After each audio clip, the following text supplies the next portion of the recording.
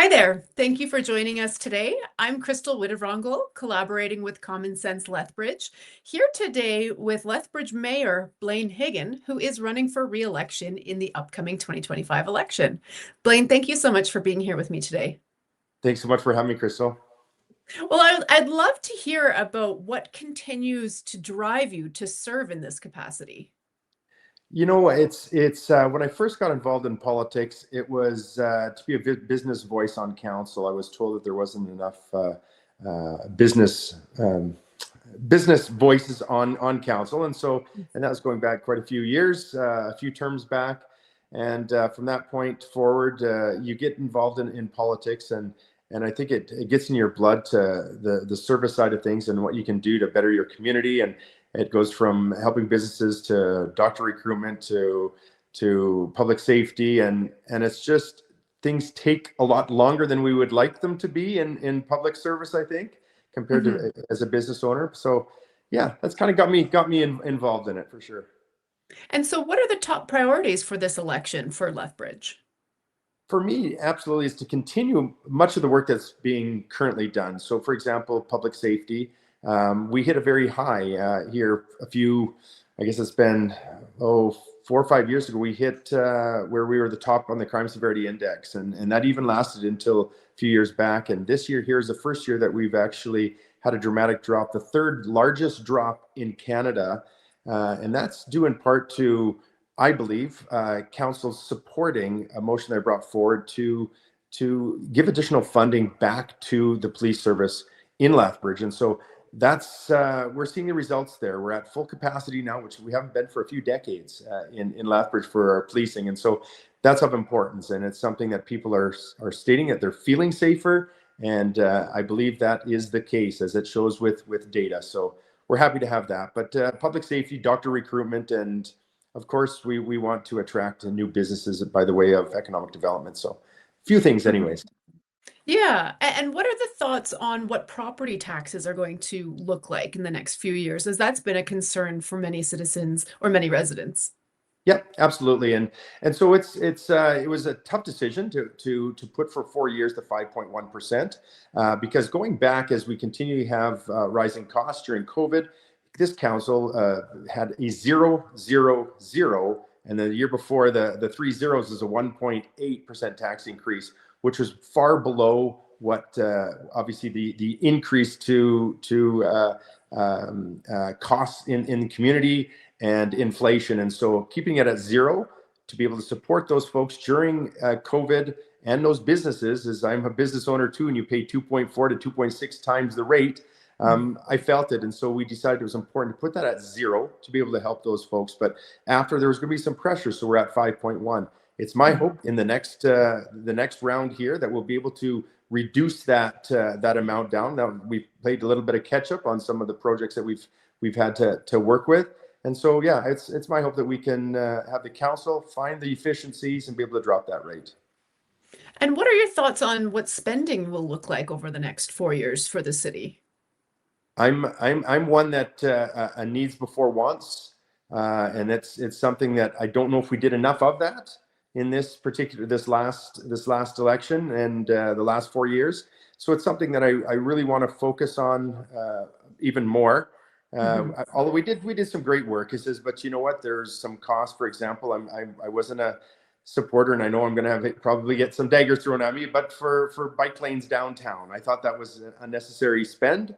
And so things like that I just didn't think it was needed, and we could have been used for more important things, or to reduce taxation for that matter. Okay, let's shift gears a little bit here. So the Lethbridge and District exhibition faced financial mismanagement that required city intervention in recent past. How would you ensure proper accountability and oversight for municipally supported organizations in the future? Absolutely. Checks and balances, double check, triple check, quadruple check, because here's what it came down to. When we've got an organization that comes forward, we have, and I use the term quite often from Councillor Parker, we are experts at listening to the experts. And when we got brought information from, these are accountants and stuff that brought forward information and shared with us that this is a viable business, And again, it's arm's length. This is arm's length, the Lethbridge and District exhibition. And so when we're told that it's a viable business, and so we put some funding to it. Now, did we check enough? I'm not sure. Did administration check enough? I'm not sure. But you know what? We need to do better in making sure that those T's are crossed and I's are dotted more than once, and make sure that we're following up on making sure that these decisions are overlooked even better than what they have in the past. Hmm. And do you think that splitting it into separate entities was the right call or the right move? Absolutely. Okay. Absolutely, it was. It takes us back to our roots, and something that is near and dear to my heart, and here in Southern Alberta, is 4-H and agriculture, and we just kind of got away from that and went more into a marketing group. And so to split that apart, both are important. We do have the space to do both, especially with the new facility. So to put aside that is a marketing, and if it's weddings or whatever it is that would fit in that building from that marketing side, and then to the other side, the agricultural side, I think it's really important. Matter of fact, the funding coming from the province is more sustainable by doing it this way. And Hmm. so as far as in the Egg Society, in order to get funding for that, and so we've spoken with the Minister of Agriculture, and he is very happy with the work that we've done there and the changes that were made thus far. So, if one of our funders is very happy with what we have done and the work that's moving forward, as we are as council, I think the building is there. We need to move forward, and so I'm happy with where we're at now, taking into account where we were a couple of years ago. Hmm. Hmm. And so now I'd love to hear a little bit about your preferred approach to homelessness in Lethbridge and thoughts on the encampment strategy. Is it working? Would you make changes to it? What does that look like? Absolutely. No, thanks for that question. And it's, this council had brought forward an encampment strategy. And so we were being overtaken by encampments. I'll be very honest. It was quite a few encampments throughout the community. So this strategy that didn't come without a cost, and that's for sure. It was a costly venture to do, but I believe it's done some incredible work. As a matter of fact, I've been reached out by now, I think it's 7 different mayors across Canada, asking how we did this, because it's working. Now, could it be working better? Absolutely. It's not perfect. We still have encampments go up. A strategy that I want to see change to make it even better is to make longer hours, so into the evening and especially into the weekend, Mm. because these encampments, once they get entrenched, they're harder to remove. And let's always remember and not forget that these people need the compassion, and we need to make sure that we're getting them connected to services, that we're not just taking down their quote unquote home that they had for the evening. But once encampments get entrenched, something that's important to realize is that crime is up when entrenchments happen. Sexual assaults are up. We had a couple shootings, for example, when encampments get entrenched. So as soon as they're up, they need to be taken down, and those folks need to be connected to services to continue, their life to a life of if it's sobriety, away from addictions. But most important thing, let's get folks out there on the weekend as well dealing with this, because I get calls on a Friday night that there's, I can't get a hold of anyone and we've got encampments. What are you going to do about this? I think, well, now we have to wait till Monday. Unless it's Mm. emergent, police will go in, but most of the time it's of triaging, of course, from the police, are finding other things that are obviously more important to deal with than some encampments. So having that encampment team, response team, 7 days a week and more hours into the evening is, to me, would actually increase and even be better than what we currently have. Although I do appreciate the work that's been done thus far. Well, I love hearing that there's been other mayors reaching out to Hmm. learn from what you guys have been doing. I think it's so Yeah. important to share best practices and how we can help our residents across the country. So in a Mhm. 2021 referendum, 60% of the residents in Lethbridge voted in favor of a third Old Man River crossing. Are you in favor of that? What are your thoughts on something like that? Yeah, 60%, 60% of those in the referendum had voted in favor of the questionnaire on the ballot in favor of a Third River crossing. Now, Mhm. the question that went out was, do you want a Third River crossing? It didn't say anything about there being a cost. And Mm. so, of course, it's like, would you like a bicycle? If your mom and dad asked you like a bicycle, yes. Well, you're gonna have to pay for it. I might not like it as much. You know, I am in support of a Third River crossing. I'm in support of a Third River crossing if we are not the ones holding the bag when it comes to the cost of that bridge. $300 to $400 million currently estimated. If we don't get support, is between 22 and 26% tax increase.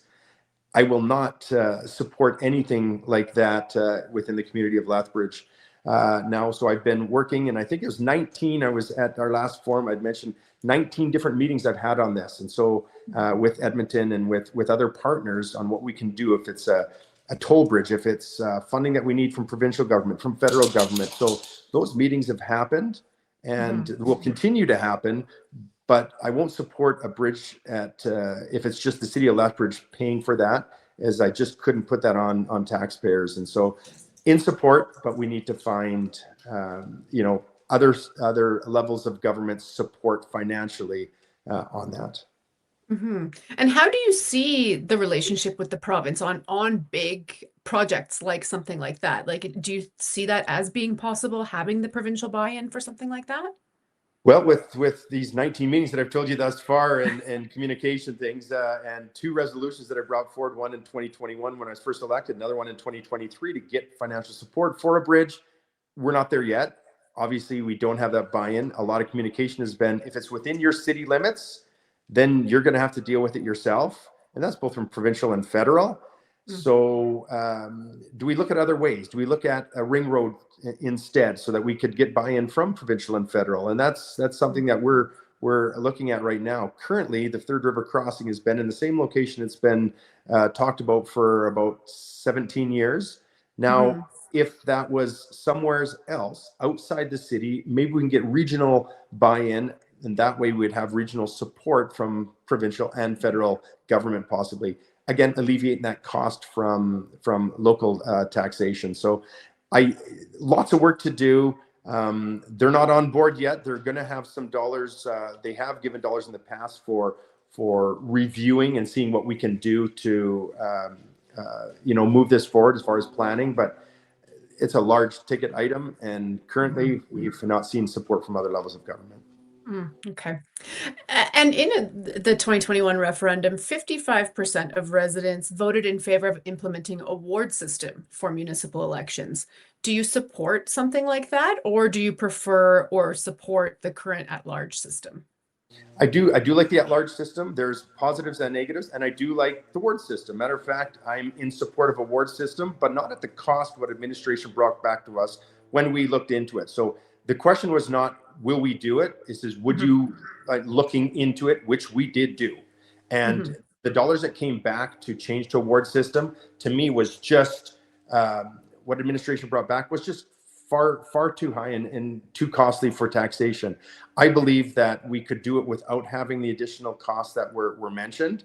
And so we'll continue those discussions. I think they're great discussions. I'll talk a little bit about some of in conversing with colleagues of mine in the province that are in a ward system, is they're definitely in favor of pushing for their area. So sometimes Mhm. you don't have the collaborative work that you do as a whole, or if you Mhm. have someone in your area that you is voted in that you can't seem to get a hold of or in touch with, you can go to the other councils. Don't get me wrong. He says, but now you're with this person for 4 years rather than having the current 8 councillors and mayor. So there's gives and takes to both, and this is what I want to see, and I think we should dig deeper into. And Mhm.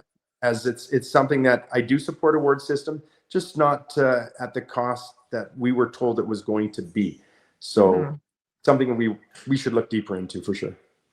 Isn't it funny how the wording of questions can really give you a strange answer? Like if it's not Absolutely.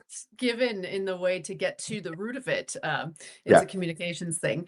But Blaine, I've really enjoyed hearing your perspectives today. But before I let you go, what's one thing you'd like to leave behind with viewers today? The one thing that I've told folks here time and time again as I've been at the doors and talking with folks, and if it's in the Safeway or the Costco or in my local coffee shop, is from day one I can hit the ground running. I built those relationships with the province, federal government, local leaders, and although we've done a lot, there's a lot more to do. We need to continue that work moving forward.